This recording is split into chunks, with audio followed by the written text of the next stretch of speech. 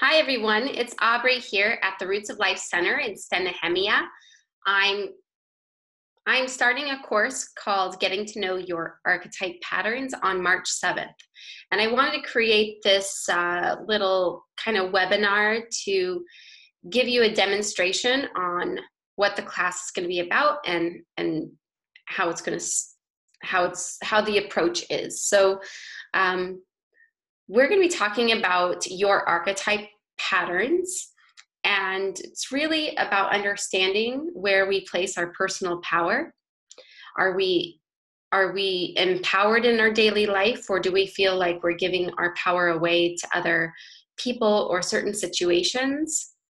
Sometimes we might get caught up in survival mode and living a life within a creative flow might seem out of reach. So we're going to look at the 4 universal archetypes that everybody has, and we're going to gain a lot of insight into what might be holding us back.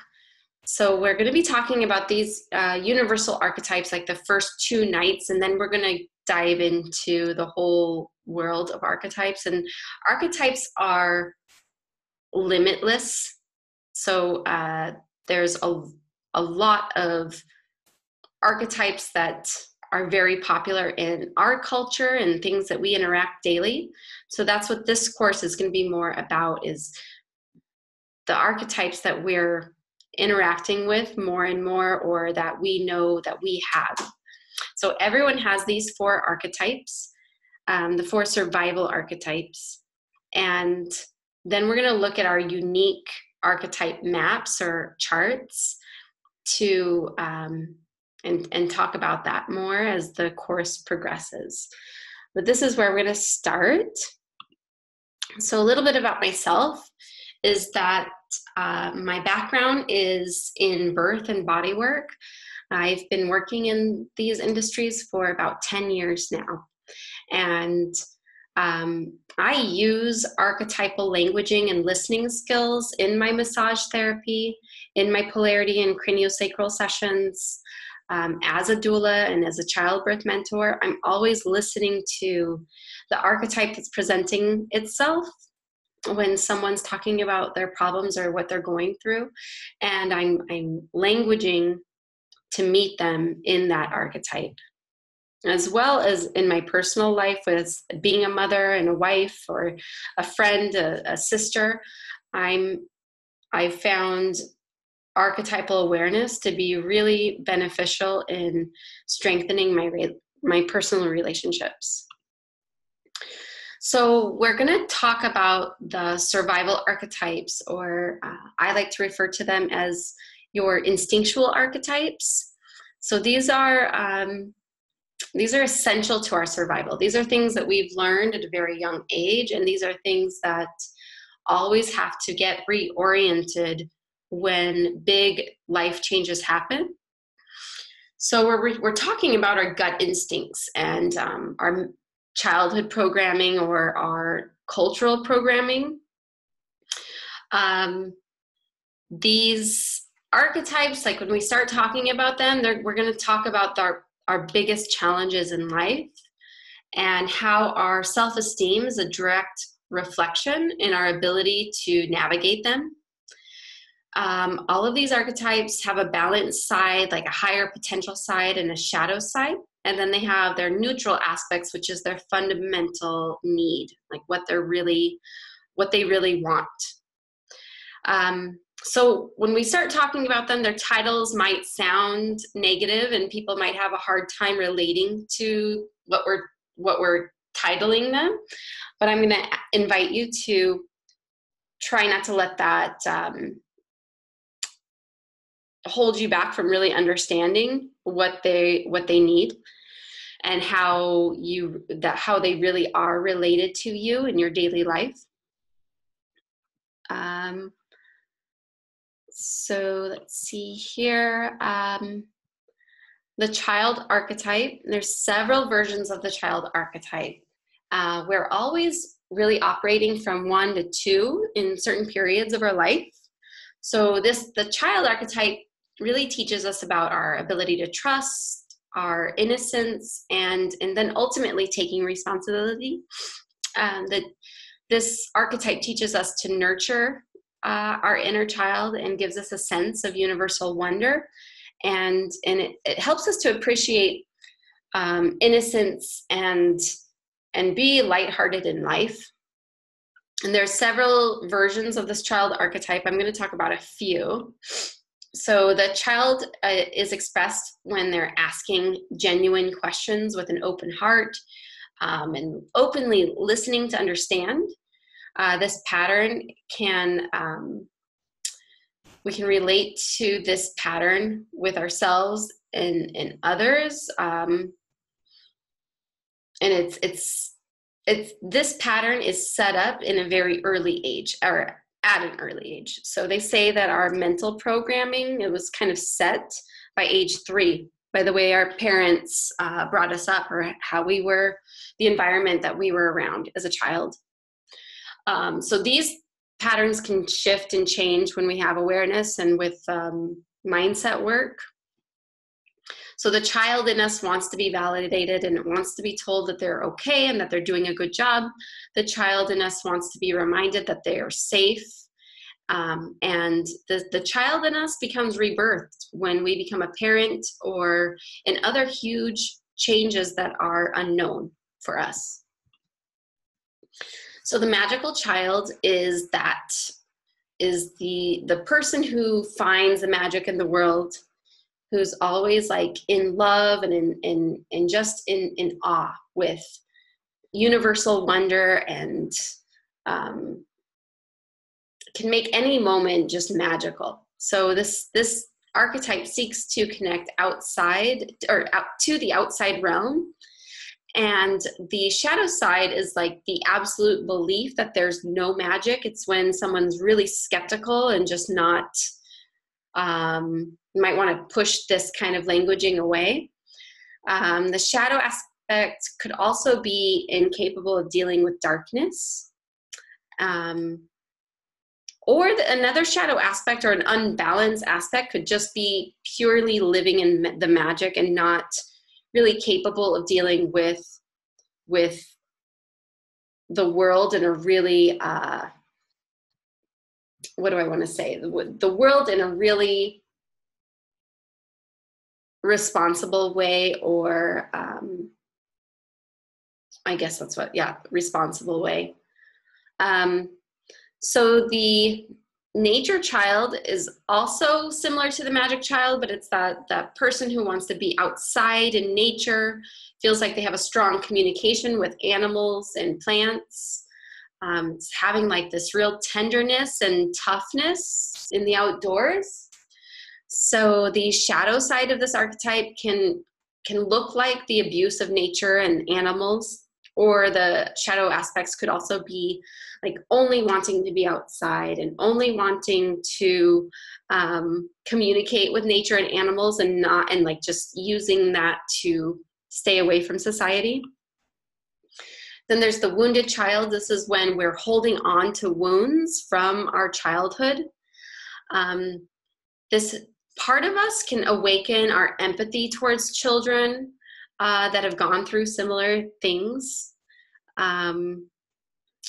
It's so when we heal our wounds, when we heal these wounds, it really opens the path to forgiveness. When we learn how to forgive people that have wounded us when we're children, when we learn to work with that and forgive those kind of these individuals in our life, we can really be forgiving in a huge way with other people.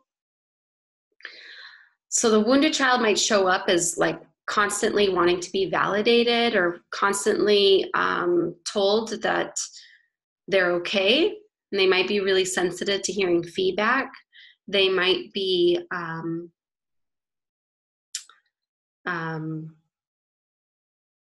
really sensitive to criticism, or not, or that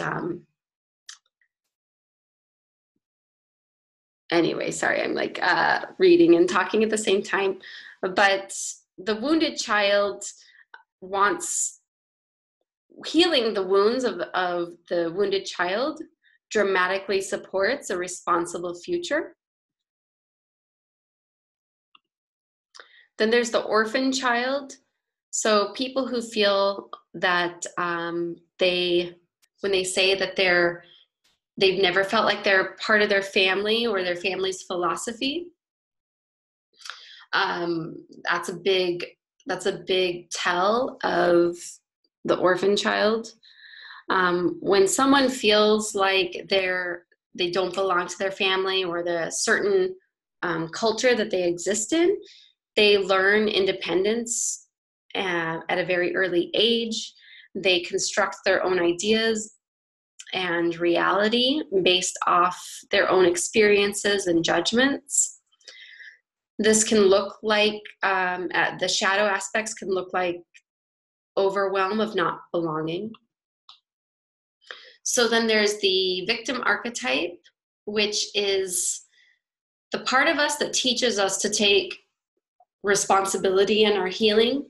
So this is a part of us that can alert us to the prospect that we might be getting taken advantage of in certain situations. It helps us to recognize when we're being taken advantage of by somebody else. It is when we continue to remain in the shadow victim, it can serve us. So we can actually we can benefit by being in the shadow victim by receiving sympathy and pity from others. This is something that might have been set up from childhood. So the shadow victim says phrases like, I'm always being taken advantage of and it's not my fault. They might be saying things like, after everything I've done for you, this is the thanks I get. So those phrases, if you know that you are saying those or you've heard those, those are big tells that the victim archetype wants to be told that they're safe in some kind of way. So when we learn how to manage our internal victim, we have to understand this tendency and take more responsibility for our personal healing. So we understand our victim archetype by understanding where we blame other people for certain situations in our life. When we know that when we sulk in self-pity, when we feel jealous of what other people have in their life. Let's see. These are just some questions about feeling victimized in certain group situations when things don't work out, when the group chooses something over something that we wanted. We might be upset and feel like the whole group is against us. And we might feel in general more powerless than powerful. So the prostitute archetype is really a big archetype that people have a hard time listening to that title. So I'll say, I know in Hebrew, the title prostitute can be, it's not necessarily meaning selling your body for money. So this is what I'm talking, when I say the prostitute, when I'm talking about our internal prostitute, I'm talking about our self-worth and respecting other people's self-worth. And so it's really understanding how you negotiate your time and your body and your money. So strengthening your awareness around this archetype will bring up how you respond or how you manipulate others with seduction and control. Sometimes we want to keep other people in certain places. We don't want to empower other people because they serve us in a way. And by empowering them, that means they might go do something else and then they're not in our life the way we want them to be. So the prostitute really speaks to our alignment with morals and ethics. So these are just some questions, and we'll get into these in the course about compromising our financial gain. Situations we might stay in simply for security. We might be afraid to leave because we don't know how we're going to get more money or how we're going to be taken care of. So let's see, sometimes I spoke about that. We keep other people in certain situations knowing that they're compromising themselves because it serves us in some way. So you can ask yourself, how do you support other people with their boundaries and their ethics? And then do you judge other people when you see them compromising their ethics for security? And then, we can ask ourselves, how have we ever felt seduced in a situation or circumstance to realize that it was against our ethics? And then so we said no. These are ways to gauge the prostitute archetype. Then there's the saboteur archetype. So this is all about stepping into our personal self-empowerment, and this requires a huge awareness around our own saboteur. So the saboteur is the part that is afraid to step out of the comfort zone. And the saboteur can really teach us. When we become friends with our internal saboteur, we can really understand taking big actions and using that to confront our huge fears. And the saboteur is related to our self-esteem. It's really deeply related to believing that we can do it and believing that we're capable to step out there and to take criticism.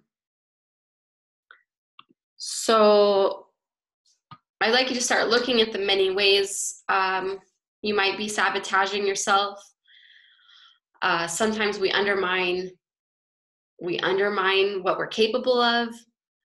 Sometimes we might be undermining other people. So how often do you act on the new ideas that you have? How often do you set those in motion?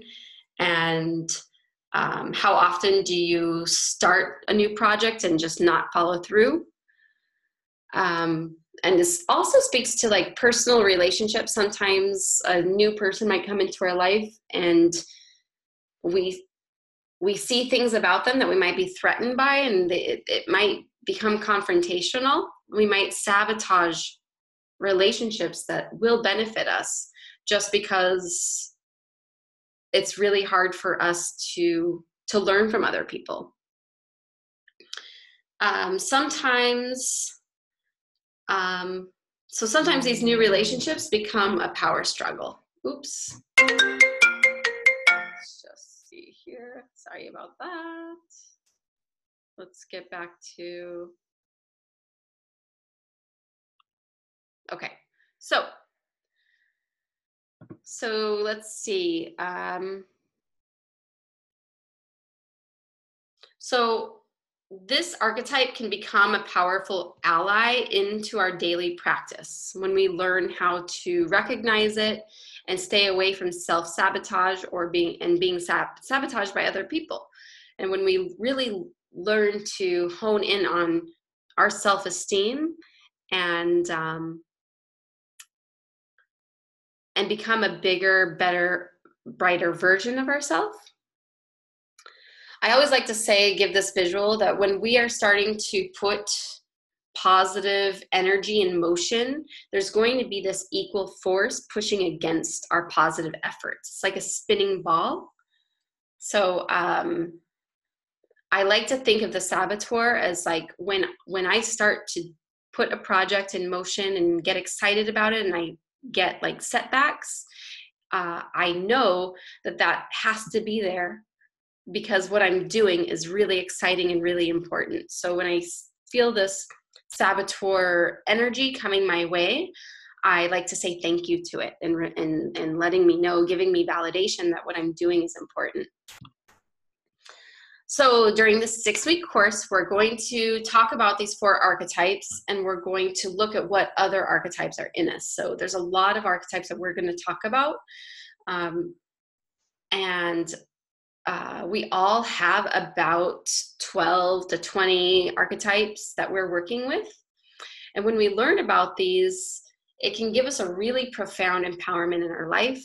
It supports our relationships. It tunes our listening skills into a completely different way. And I have 8 spots available. I believe there's 4 people who have said that they are signing up, and so I'm sending out the sign up form. So I'm really excited. I hope to see you there. All right, thanks for watching my little webinar, and I hope you found it valuable and useful for what we're going to be doing. Thanks. Bye.